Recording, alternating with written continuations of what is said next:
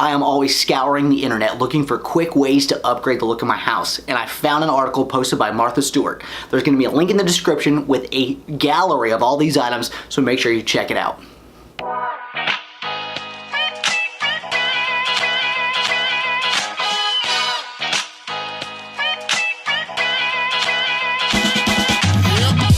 Blow up your photos. Have a picture of someone you love, have a pet you absolutely adore. Guess what? There are some cool sites that you can find that you can upload those images and blow them up into huge prints, much like this one, to upgrade any space in your home.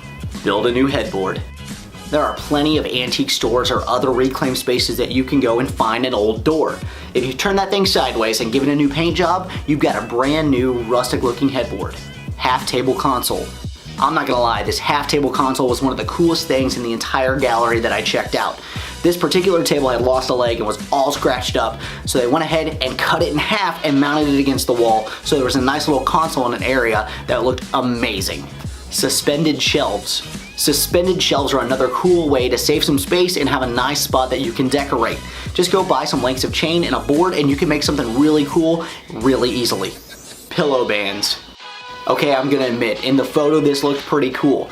If you have any plain pillows, you can make a cool band to wrap around the pillow to give it a two-tone look, and you can use different kind of materials to change up the texture as well. A frame collage. If you've got a hodgepodge of old frames lying around, take out the glass in the backing and spray paint them all the same color. Then you can arrange them into a collage on the wall that looks pretty cool. Pattern board. Alright, this one is a pretty cool idea as well. So basically what you do is find a magnetic board and wrap it in some material that you think is cool. That way you've got a decorated piece that you can utilize to organize photos, shopping lists, whatever else you need. Hey, thanks for checking out the Aaron Advantage. As always, the link for the article where I found this is in the description below.